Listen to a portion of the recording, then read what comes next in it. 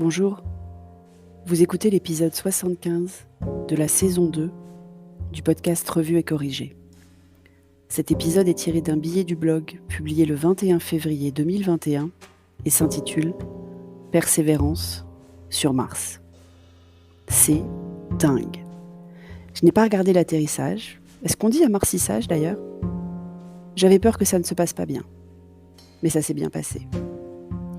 Je vous le disais en septembre dernier, dans un des premiers épisodes de cette saison, nous avons été préparés à la conquête de Mars par de nombreuses séries sur le sujet, fiction ou docu-fiction d'ailleurs. Et hop, Persévérance, Percy pour les intimes, a atterri à Marcy sur Mars, en un morceau.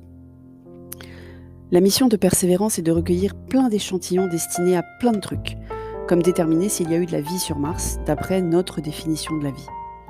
Mais sans doute aussi de repérer et préparer le voyage habité prévu on ne sait quand, tellement les défis techniques sont impressionnants.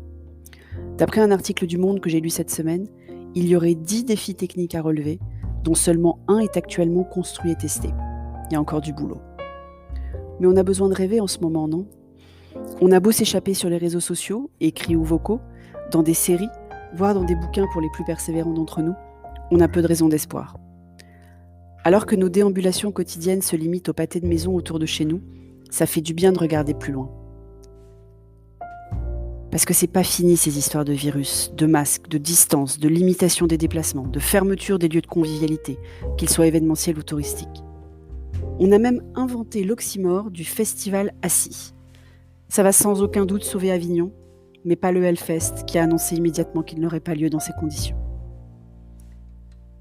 Je ne sais pas vous, mais on a recommencé à voir du monde. À Paris, bien sûr, mais aussi ici à Bordeaux. À des horaires plus diurnes, bien sûr. Pas question de contrevenir aux injonctions préfectorales. Même si j'ai pu tester, muni d'une attestation professionnelle en bonne et due forme après un conseil de classe, qu'il n'y a absolument aucun contrôle dans les rues du centre-ville à 20h. On organise donc de plus en plus de déjeuners et de goûters. C'est festif le goûter en plus. C'est particulièrement dangereux pour nos lignes, mais comme tout depuis le début du premier confinement.